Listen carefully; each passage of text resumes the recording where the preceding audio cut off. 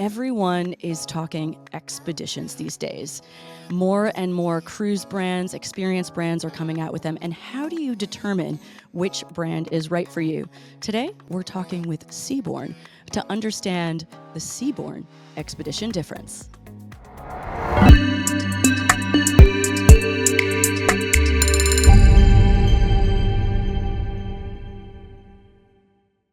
Welcome to Tuesday Travel Chat. I am your host, Julia from Go Travel. We also have Bob Cook, per usual, from Go Travel. And our special guest today is Jessie Fundora from Seabourn. So, Jessie, what is the Seabourn expedition difference? That's a great question, Julia. We all know that expedition is visiting these areas throughout the world that are undiscovered, that most people have no idea even exist. But to be able to do it on a product like Seabourn, with bringing the luxury aspect to it that really did not exist until recently. Picture yourself visiting these remote destinations while you're enjoying some incredible experiences on board, some five-star service, a five-star cuisine. I mean, that is something that is really something that you cannot put a price tag on. It is something that it's an emotional feeling, and it's something that Seabourn has been doing for quite some time, is bringing these high expectations throughout the world. And now coming into the expedition market, it's really something that I feel has set us apart from everyone else. Fantastic. Well, let's take a little look right here. Expedition leader, Polar Bear Scout. Polar Bear Scout, go ahead. Expedition leader, we see a polar bear on the hill just to the west of the landing site. Understood. Breach, Expedition leader. Go ahead, Expedition leader. Stand by for further information.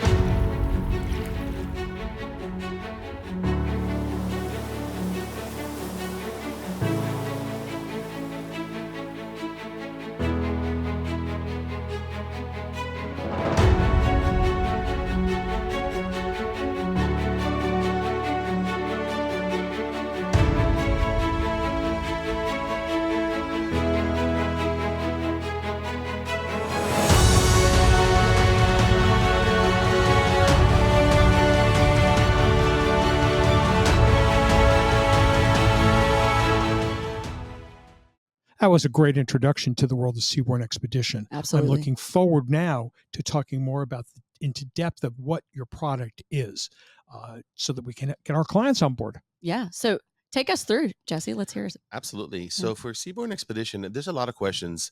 Number one is, what is an expedition voyage? Because people really don't have any idea. A lot of times they think it's a standard cruise experience, and it is quite different. Although some things are similar. The ships are similar, the onboard experiences, but what you're talking about when you're talking about expedition is a more unique itinerary, a less guided experience. Many people, when they're thinking about cruises, they know they get in the port at this time and they're going to do this. And an expedition, that is not the case. A lot of that has to do with where we are. It has to do with sea conditions. It also has to do with weather condition as well. So the guests who do expeditions have to understand that it is basically you're on the ship's time frame. So we will get you to this incredible destination, but it is a matter of what the weather is like and what we were going to be able to see. So we rely heavily on the captain to be able to determine what we were going to be doing for the course of the day. I mean, I think it's important to understand also, with all of that weather, you are on a true expedition, even though you're in pure luxury at the same time. Some things in the itinerary may get adjusted because you're going on an adventure, and as long as you go in that mindset, you're really gonna have a good time and feeling like you're on a true expedition. Well, nature's the captain. Exactly. Absolutely. And you're on this small vessel, 264 guests. So there's a camaraderie that also builds on board. There's an excitement that builds because you all know that you're doing these unique destinations. Most have not been here. So, for example, in Antarctica, the Drake Channel, some people fear it, but some people also look forward to it because it is part of the experience of going to Antarctica. That is going and coming is the whole excitement of, will we have rocky seas? Will Yep. it be the Drake Lake? The Drake Lake, yeah. You're not really quite sure what you're going to get, but the anticipation is once you actually get there, that the experience is amazing. I mean, these are destinations like Antarctica or the Arctic that will blow anyone's mind. I mean, some people have no idea that this can even exist in the world. No, everybody wants to have their Drake Passage Yes. story. Yes. There are experiences out there where you can kind of fly over it, but no, I mean, I think it's the coolest thing. When I go, I want to do that because I want to have my Drake Passage story. Yes. I agree. And I just want to say, Yeah. we're talking about the Antarctic and Arctic right now, but we are going to go into some other areas that Seabourn Expedition goes to. So if you think you've heard everything about an expedition ship, you haven't, because we're going to talk Absolutely. about some other great destinations too. That's a good Absolutely. point. So Yep. that is a misconception sometimes, that expedition is only cold weather. Mhm. And really, when we do advertising, you see penguins or you see polar bears. That's not always the case. So we do visit other remote destinations. And by the way, to get from the north to the south or vice versa, we do have to go to South America. There's ports in the Caribbean, also going to other parts like Australia. So it is a warm weather experience as well. Now you have two ships, the Venture and the Pursuit, correct? Yes, correct. And what's the newest one? So the newest vessel is the Pursuit, and she is a sister ship to the Venture that debuted in June of last year. So these vessels are incredible. So let me backtrack for a second here. Seabourn has actually been in the Antarctica expedition market for at least 8 years. The Seabourn Quest was originally fitted to visit these remote destinations. So we're not a luxury line that is just starting this expedition. We've been doing this for quite some time. It's the first time that we just actually built ships that are made for this part of the world. So the Venture and the Pursuit are 132 suites, 264 guests. So you're talking about a true small ship experience, back reminiscing to what Seabourn used to be in the 90s. Some may remember the original Seabourn fleet. Also, multiple dining venues. Even though it's a small ship, you have multiple options on board the vessel.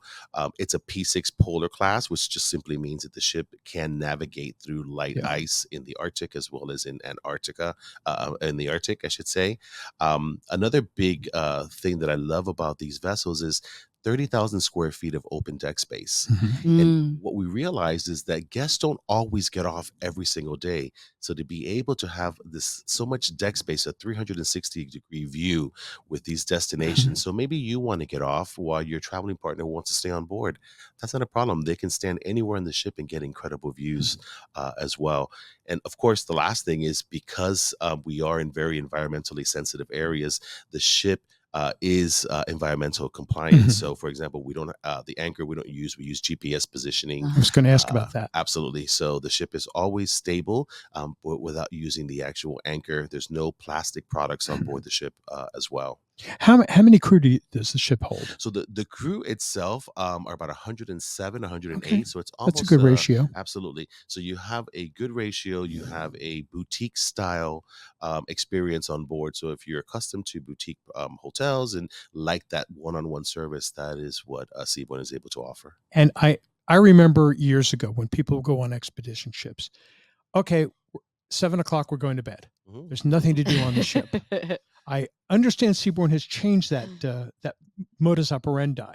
Correct. So that was positive or a negative of doing these smaller vessels. So at the beginning, we did follow suit. And because we are in these destinations and most guests do wake up quite early in the morning, we didn't have a lot of entertainment. There is some on board, but we realized that a lot of our traditional Seabourn cruisers that are on the big ships that have casinos and shows were also coming on these smaller vessels and wanting that aspect. So our cruise directors now go and do an actual performance on board in the Discovery Center. We have expedition team members that are also doing these lectures and are also participating in, name that tune and things of that nature that happen on board. We also bring some acts. We've had violinists that come on at nighttime. So we've added that aspect of entertainment at nighttime that really was lacking in most of the expedition experiences. I mean, that's one main differentiator. If you're looking at expeditions and you're trying to figure out, okay, which one is right for me, there are those brands that just say, no, it's all about the expedition. We Yes. don't want to have entertainment. Hey, after a big day of expeditioning, I think I deserve a little bit of entertainment. Yes. And I think that's really cool that Seabourn's coming back to its Something to go to true- sleep by. Yeah. Absolutely. And we offer that same very expedition experience with Zodiacs and with team members and going out and doing hikings. But at the same time, at nighttime, there's also sometimes, as you said, there's things people want to do things. And in some destinations, for example, we're not always in Antarctica. So we can be in South America, we could be in Europe, and where there may be a late night. So Mhm. we're able to offer that opportunity for the guests to stay up late and enjoy. So we're in the Antarctic. Mhm. We are GPSed Yes. about half mile offshore. How do I get to shore to see the penguins? That's a great question. So we have enough Zodiacs for everyone on board the ship Okay. at the same time. So what happens okay. is there's just typically 2 landings. So we can never have more than 100 guests on Antarctica at any given time. Mhm. So what will happen is the first 100 guests will get on the Zodiacs. They will get off. They will arrive into the beach area Mhm. where they'll find penguins and walruses. And as you know, Yeah. there are no land predators. So they treat us as they would treat another penguin. So they just walk right by you. The guests are in the beach area. Some of them may choose to stay in the beach and just enjoy the Mhm. views, take pictures. Some other ones may choose to do hikes so they can go off and do a hike with our team members. But usually 1 to 2 hours is about maximum that guests are there. They would then get on the Zodiac because the Zodiacs are coming back and forth all the time. Once the guest goes back on, and then another guest can come on and kind of take their place for the time that we're going to be there. Yeah. The other half of the ship is Right. doing Zodiac sailings. Okay. So while some are on land, some are actually Zodiacing around. So looking at whales and seals Correct. that are in the water, Yes. things like that. And everybody can be adventuring. Correct. Yes. Just some are on land and some are out in and the some water. are, and we also have kayaks too. So some could be kayaking. Oh. Ah, there you go. Now, one thing people think Antarctic, cold, freezing, need to wear scarves, you need to wear hats. And yes, you do need to wear Mhm. polar wear. But obviously the temperature is not below zero Correct. because you're in water. Correct. It's not Absolutely. frozen. So the misconception that if you go to Antarctica, it's going to be below zero is not true. It's going to be in the 30s. Well, and I should also add that we give all of our guests a parka. So you'll have your own Seabourn parka that'll be waiting for Oh. you. Yeah. So that's one less thing to take. And something for the That's- closet when you get back. That's part of the Absolutely. survey that they send out before. is, What yes. size do you need? Right. Exactly. Yeah. We just had that for Alaska with the customer. Now, Bob, Jesse's trying to talk about the I ships. know. I'm sorry. I'm sorry. You Let's know go me. back to we the- vary. Let's get back to the Let's vessels. go. Yes. Well, actually, what you're looking at now is the loading zone. So we do provide boots for all of our guests. So what we do is we have a boot fitting party. So it typically happens on the first full day of the Mhm. sailing. So the guests will come down and they'll be assigned a locker, and there are also a boot fitting. So you'll get to fit on. These are waterproof boots, of course. So you don't have to bring them on board. Mhm. And then once you've determined which boots are good for you, you put them in your area. And this is the landing zone where you'll be coming down and actually boarding on the Zodiacs to do your adventures. Fantastic. And then, of course, dining is a very important part Yes. of every cruise, including an expedition. So on our small expedition ships, as I mentioned, we have multiple dining venues. I had the chance to see the Pursuit in Miami about 2 weeks ago, so I saw this Nice. physically. It looks like a mini luxury dining room. I mean, because you can actually see to the end of the wall, but it's really beautiful.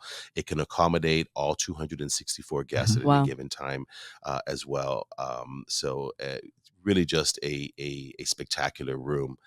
The Expedition Lounge here, one of these images is the mock-up and what it actually looks like. Oh, wow. So it actually looks like the picture on the right. So what I love about this area is Wait, which one's the mock-up? so the mock-up is actually the one on the left. Oh I'm my- sorry, the one on the right is The one that mock-up. doesn't say Expedition Correct. Yeah, Lounge. the one with the waiter on the back there on the left. That's the actual one. The one on Oh, the left. wow. I I could should barely, say. you can barely tell the difference. Right. That's pretty cool. Yeah, so we got very close to the actual mock-up. Mhm. But this area here is where the guests typically will congregate before and after an excursion.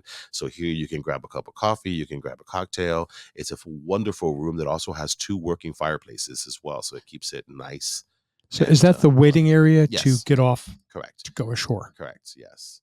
And then the Discovery Center. This is a fantastic room. This is where our team members actually speak to the guests either before or after they do an excursion, so they know exactly what it is they're going to see.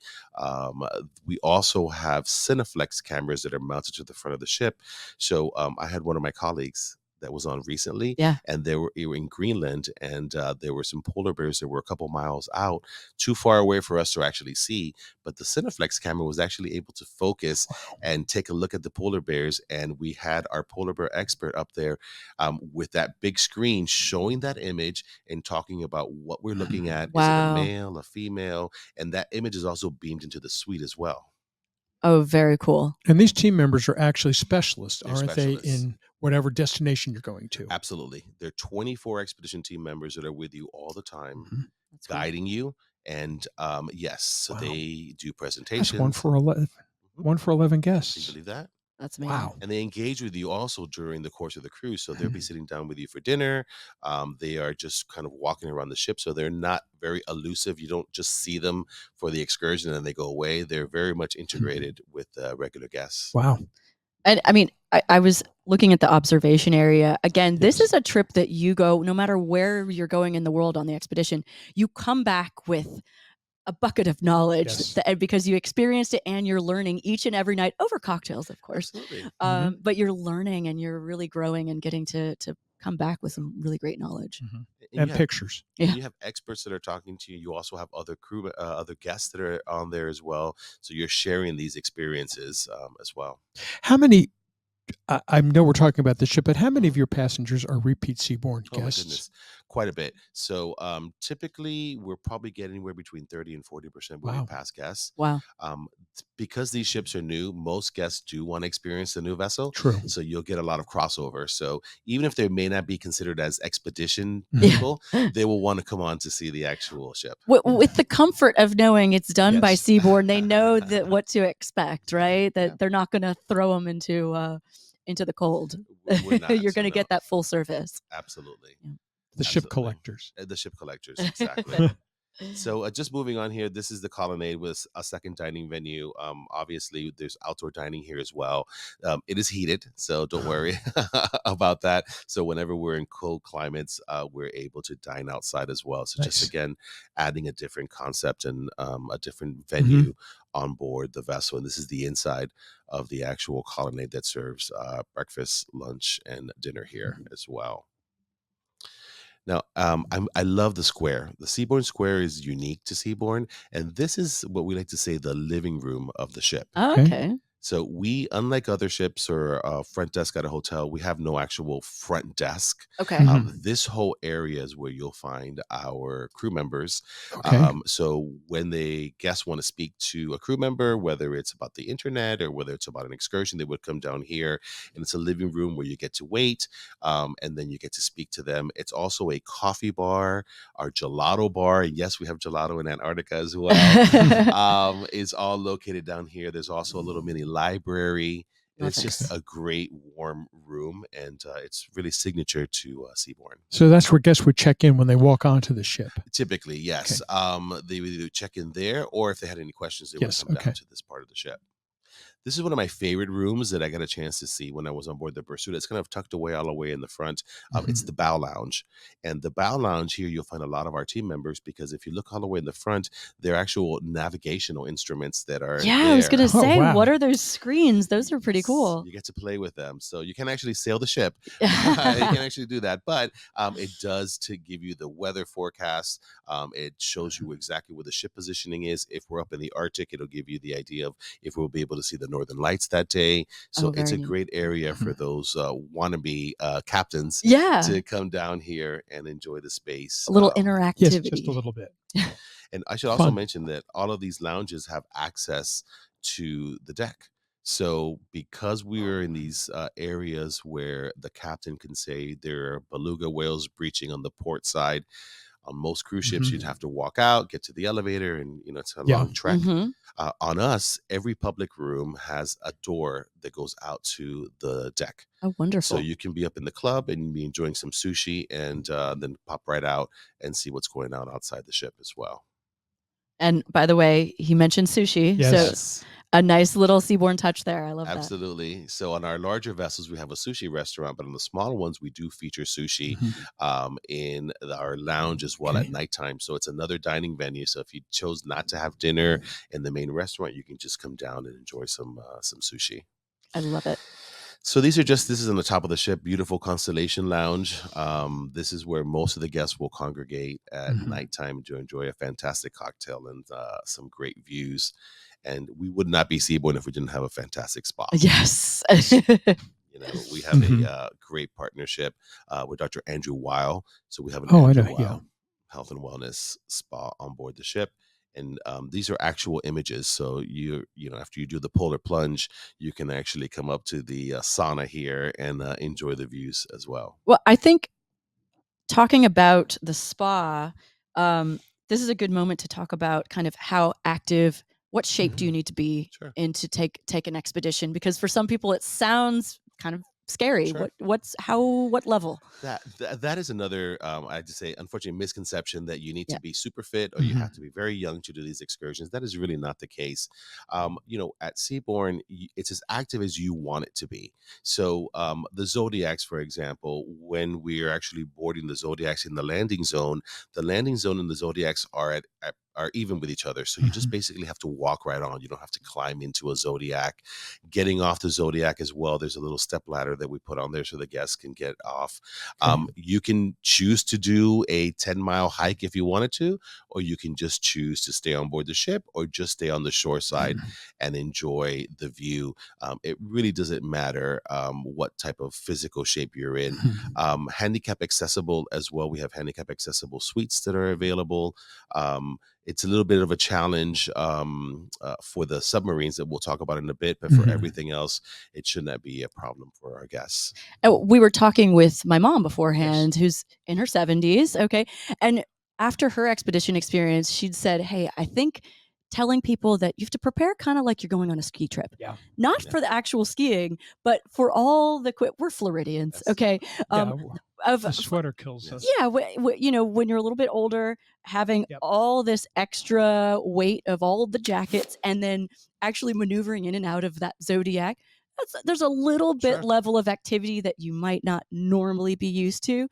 But that's why you have that beautiful spa so that you can get a little bit of relaxation after the Absolutely. big day, right? Absolutely. I've been on multiple voyages and it really doesn't matter. I mean, the guests will enjoy the ship one Mhm. way or the other, whether they stay on board or they get off on some of these excursions.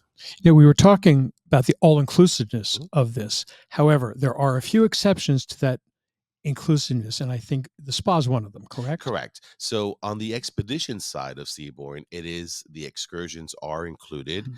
Mhm. Seabourn as a whole itself also includes gratuities. We include our premium drinks.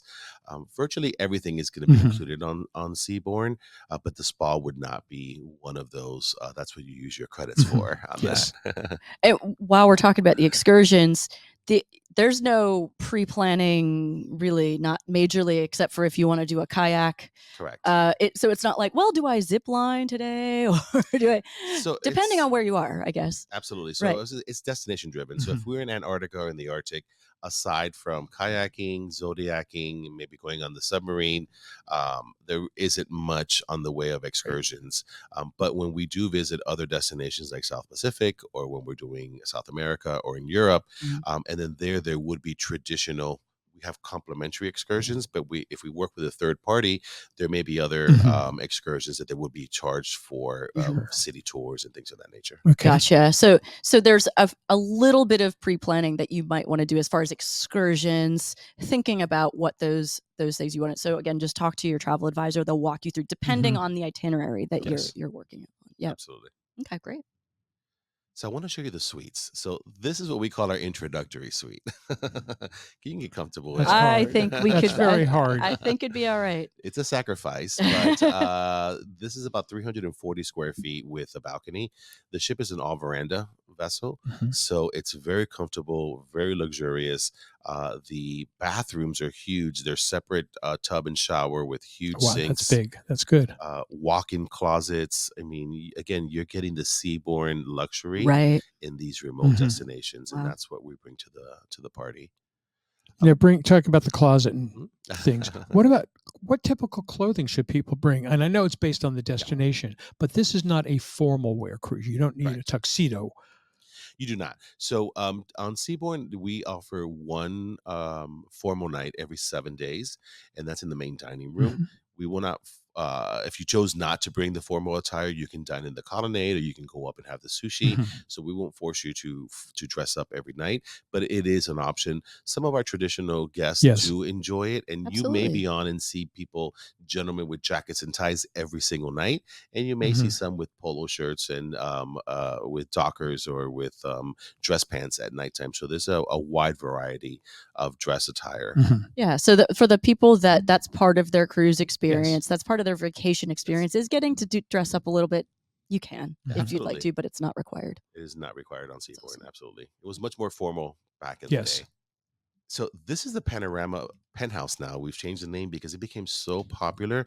There are only a few of these on board the ship, and this was the step up to the Veranda. What makes this suite unique is that it has floor-to-ceiling windows that you see there that the other ones don't. The beds also face the outside, so you can imagine waking up in the morning and having that incredible view. Also, the floors are heated. So unlike the other suites, this one does have a heated floor. I mean, again, I had the chance to see this a couple weeks ago, and the bathtub actually has a window, so you can actually have a beautiful bath experience while you're looking out. As long as we're not in port, you'll be fine. But it's a beautiful suite. And you mentioned Panorama Suite or Panorama? So a Panorama Suite here, but we just changed it recently to Panorama Penthouse. So they're now considered penthouses. Okay, so if you're looking at an old brochure, correct. you Just now so are you up know, to date. yes. And I just wanted to remind everyone that right now you have 2 expedition vessels right now. Correct. So, and they're sister ships. So we're kind of looking at the same. It's same. the same. Absolutely. The Yep. suites are the same. The accommodations, the artwork on board is the same. So if you've been on one, you've been on the other one as well. All right. Excellent. So then, of course, we do have a penthouse, which is very similar to our traditional penthouse suites. And as we go higher up, and then you start looking at the larger signature suites that look more like apartment layouts. So, there are some guests that this is how they live at home, and this is what they want to emulate when they go on board the ship. They want to be in this type of experience. So we're able to offer that. And this is the largest. It's the Wintergarden. Wow. And for the first time, it's a bi-level suite. Amazing. It is beautiful. It is a beautiful suite. There's 2 of them on each of our vessels, and it's very impressive. That's spectacular. Floor-to-ceiling windows too. Floor-to-ceiling windows, absolutely. That's floor to floor and ceiling to ceiling. Yes. It's very large. It's so rare to even see that in the big ships. Correct. And here we are on this very small vessel, and you're getting Imagine a bi-level. I can imagine the glass that's on that ship must be spectacular because there's so much of it. It's like a floating glass, wall. It is. It's spectacular. I mean, it's very impressive. It is the type of experience that you have to see for yourself because I've been in the industry for a while, and frankly, when I saw it, I was blown away by how beautiful the ship is. Wow. Now, I wanted to show this quickly because you may be wondering, what the heck is this? So every suite has a coat warmer. So because we visit some of the remote destinations where they can get wet or it can get cold, every suite has this. So what will happen is once you come back from your first excursion, you come in, you pop in your jacket, you turn it on, you go have a cocktail, you have some sushi. And when you come back for round 2, it's nice and dry. Wow. That's really I've not seen that on any ship before. And even in warm weather, if you're on the beach, you come back and you throw in your bathing suit, and you come back an hour later, and it is ready for you to go as well. So here's our expedition team, as I mentioned earlier. So these are all naturalists. These are experts in their field, and they are accompanying all of our guests during the course of every voyage, as well. So that's very important for us. And then I look at this image, and this image looks like a child drew it. But actually what it is it's a destination on where our expeditions will be this year and also next year. And you'll notice that when we talked earlier about it's just a cold weather, well, not really. We're everywhere. I mean, it is basically visiting multiple continents. Go through, which are some of the ones that people really never think about as an expedition? What are some of those that you think of? So one of them is the South Pacific and going to the Kimberley in Australia. Oh. Now, I was not familiar with the Kimberley myself.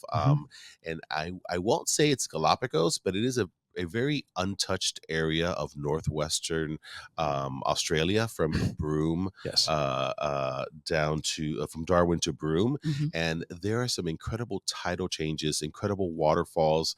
The guests will get on the Zodiacs and go down the tributary rivers, and Mhm. again, Australia itself is very exotic anyway, but to be able to visit this part of it, Right. we Yeah. won't be doing the kayaks because there are crocodiles. Oh. So that is something that we will not do there. But aside from that, that Mhm. destination is something that is relatively new for us, and I For think anybody. that, yeah, and I think that people will really enjoy it. So that is one, and the other one here as well is the Arctic. So people think always about Antarctica, Mhm. but the Arctic is another destination where, unlike Antarctica, there is an actual Inuit life there. So there are people there. So it adds another aspect of expedition, because a lot of us, when we cruise, we like to experience, we like to see the Mhm. culture. There isn't a culture in Antarctica, but in the Arctic there is. In Greenland, there are locals that live there. So aside from visiting incredible, fjords and incredible views, you also have a population that love to see visitors come and So I'm assuming that this might be one of those places where you might get some local entertainment. absolutely, you'll get some local entertainment. You'll also have local guides as well. Yeah. I know in Greenland we have two young ladies that are actually from Greenland, and they love to be able to talk about their country and talk about their culture. So we're bringing that aspect as well. But yes, you're right. That is very important. It's important in Greenland because they have someone who knows how to pronounce the names. They do. Yes, they can say Kangalusak. Yeah. So, we talked earlier about Antarctica. I just want to show you, these are typical Antarctica departures. So, Antarctica tends to be a destination where it's more than a week. So, you got to have a little bit of time. But we have structured a couple of itineraries that are about 2 weeks long. So, Mhm. this is 11 days. So, it'll give you enough time to fly into Buenos Aires. And what happens is we provide an overnight hotel in Buenos Aires and then a Okay. charter flight the following day to Ushuaia. Is there an option for an extended stay in Buenos Yes, Aires? absolutely, yes. So we include the one night, but you can extend good. as well. But really, the one that stands out is the 21 day. So this is the itinerary. If you had the 3 weeks to do it, this is the one that you actually Yeah. want to do, because it includes South Georgia Island and the Falklands. And here's where you'll find that incredible amount of penguins. They're just waiting to kind of show you their land as well. Spectacular. I have a question. Years ago, when people were going to the Antarctic, they had to have a medical exam. Mhm. Is that required for Seabourn? Right now, it is not. Okay. No, it is not. So that's good news. So I wanted to show you this because remember we talked earlier about how to get off and get on the Mhm. Zodiac. So these are the Zodiacs, and if you look where the gentleman is, there's a little step ladder. So it makes it a lot easier for the guests. They That's don't have to great. step all the way down. They go on the step ladder, and then they're right on the shore side. So we want to make it convenient. And then this is the option. You can either get off and stand here in the beach and enjoy the penguins and enjoy the view, or you can do the hikes. So that's why I'm saying it's as active as you want it to be. We're not going to force anybody to do, 20-mile hikes every day. Also on that landing, because I noticed there was water Mm-hmm. there. Tell me again about the boots. Yes, so we give all of the guests for their voyage, we offer them waterproof boots, Okay. and there's a boot fitting that we do. So they're fitted for their boots. We have a wide variety of them, and that'll be their boots for the time that they're on board So the ship. everyone can come Yes, on board without the boots, without the jacket, and you're exactly. Except maybe Shaq. He may have to bring his own. Yeah. Yes, Size 22 feet. You'll have to tell us in advance. Yeah. That was one thing that I know that my mom learned Yes. on hers, because they tried to get the right boots and tried to get the right Mhm. configuration, the right pants, and having those boots already on board is a Yeah. big plus, and not Absolutely. having to navigate that. Or ruin your own shoes. Exactly. People will ask, talking about the boots and that, should people bring long underwear? Literally, if it's cold. I mean, if they feel the cold, Floridians probably should. Yes, I would, only Yeah. because it can get pretty cold Mhm. and windy, particularly in the Zodiacs. So maybe if you're standing on the beach, it Yeah. may not be a big deal, but if you're on the Zodiacs and they're going 15, Okay. 20 miles an hour, it may get cold. It may just go right up your pants, and Yeah, so you just may want to think of have undergarments. insulation. Well, talking in Antarctica, my mom Yeah. went when it was still a couple years ago, they were still wearing masks. Yes. And they loved having their masks on Of the course. Zodiacs. It kept their face so nice Yeah. and toasty and warm. So, just they're still useful. Put them in there. Absolutely. Yeah, Bring them absolutely. with you. You may need them. So I just want to show you the Venture is our cold weather ship. So the Venture, after she does Antarctica, will go up to South America and then head up to the Arctic. Okay. And these are the departures that we mentioned earlier that go up to Svalbard. And this is where you'll find the polar bears. So if you have an interest in polar bears, this is the place to visit them as well. We have some unique destinations in Canada as well. Do I see something that goes all the way from the Antarctic to the Arctic? Is there a cruise that does that? Well, we can do multiple back to back. Absolutely. It would take quite some time, but we can, absolutely. So the ship will eventually end in Ushuaia and then go up to Buenos Aires. It'll go up. So you could take back-to-back voyages for about 2 months. Stay on board. We have clients who Why not? actually do that. So that's why I was asking. Yeah, Why perfect. not? Absolutely. And then here's the Kimberley. So again, these are just some of the images of the Kimberley. I also should say here that unlike previous expeditions, on the Pursuit, she'll be our warm weather ship. So once she leaves Antarctica, she's going to the warm weather. Yeah.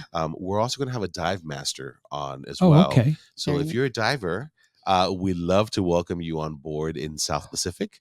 As long as you bring your regulator and your certificate, we will provide the tanks for you, and we'll have a dive master on board.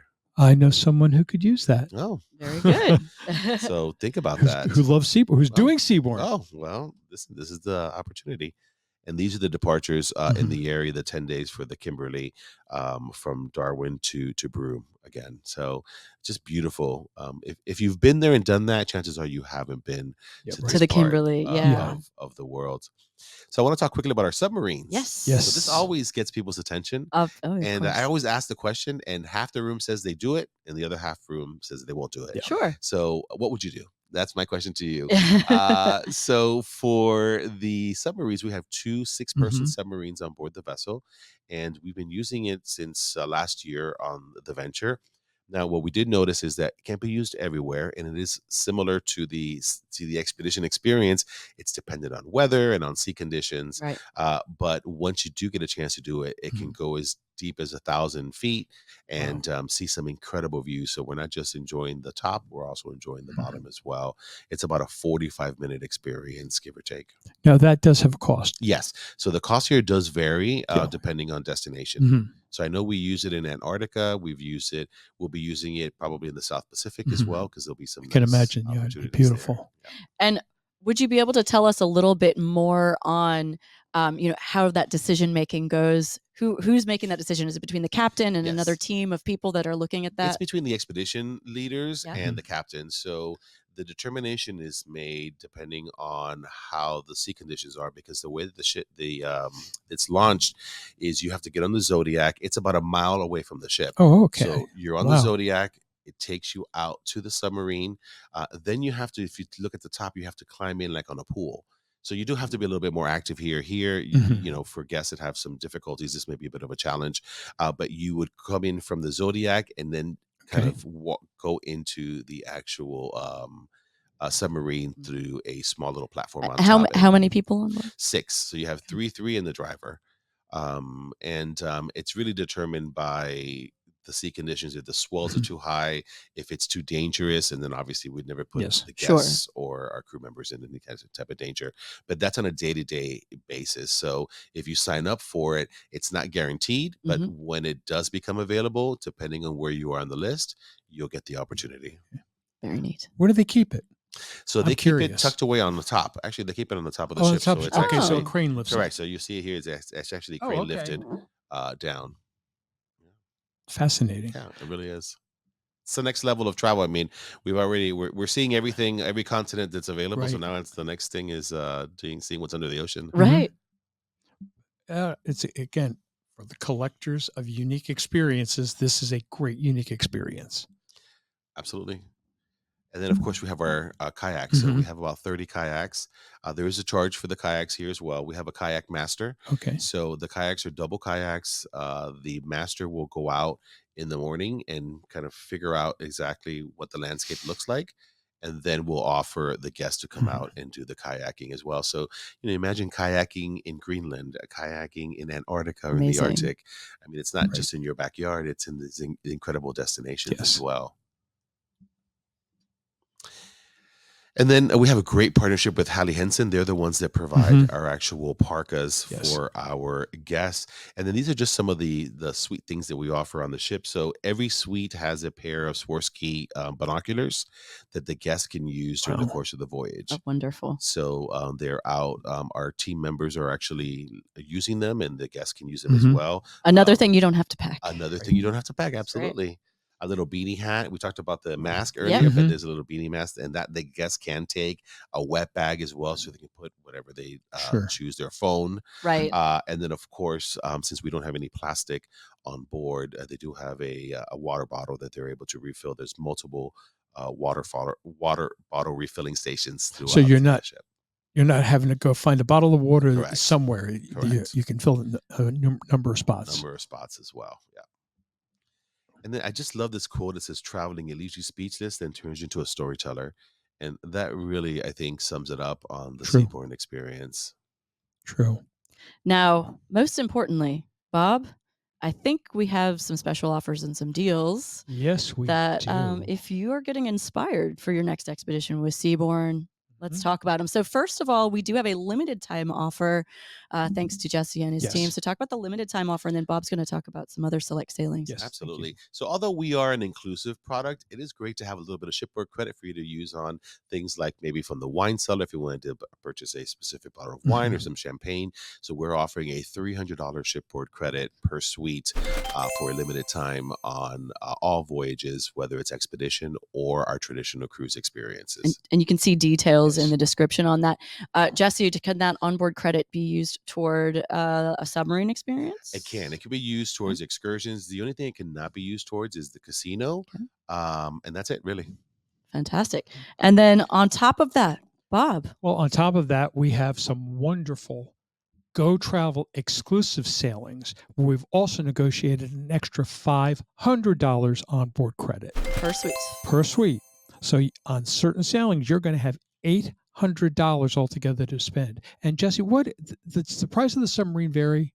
It does. It does. So it's anywhere between $600 to $900. Okay, so There you if go. there's two of you, you'll have. If it's a $600 deal, you got 800. You got 800. So it's only going to $400. Only $400 to do it, but $800 is a nice onboard credit, especially on a ship like this. Yes, absolutely. On the expedition side, and yeah, absolutely, you can use it in the spa. You can, I mean, it's a lot of shipboard credit for a ship again like Seabourn that's inclusive of virtually everything. Yep. So if you are thinking of doing your next expedition, please reach out to us at gotravel.com and we will connect you with a specialist. Or if you're already working with your Go Travel advisor, just give them a call and we'll let you know what kind of deals. We'll look for some of those select sailings where you can really take advantage of the best deals.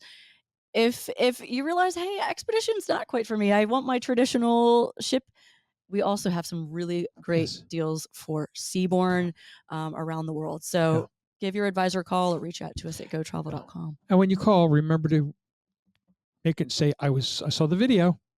Absolutely. Absolutely. That way we know Jesse will come visit us more and more so that we can give you some more information about all the really cool things. I'm really interested about the Kimberley. That's exciting. I think we're going to probably be doing a deep dive on that in the future. So thank you again so much, Jesse. Jesse, thanks. Appreciate it. Really appreciate it. Thank you, everybody, for joining us today, and we'll see you next week. Bye. Bye.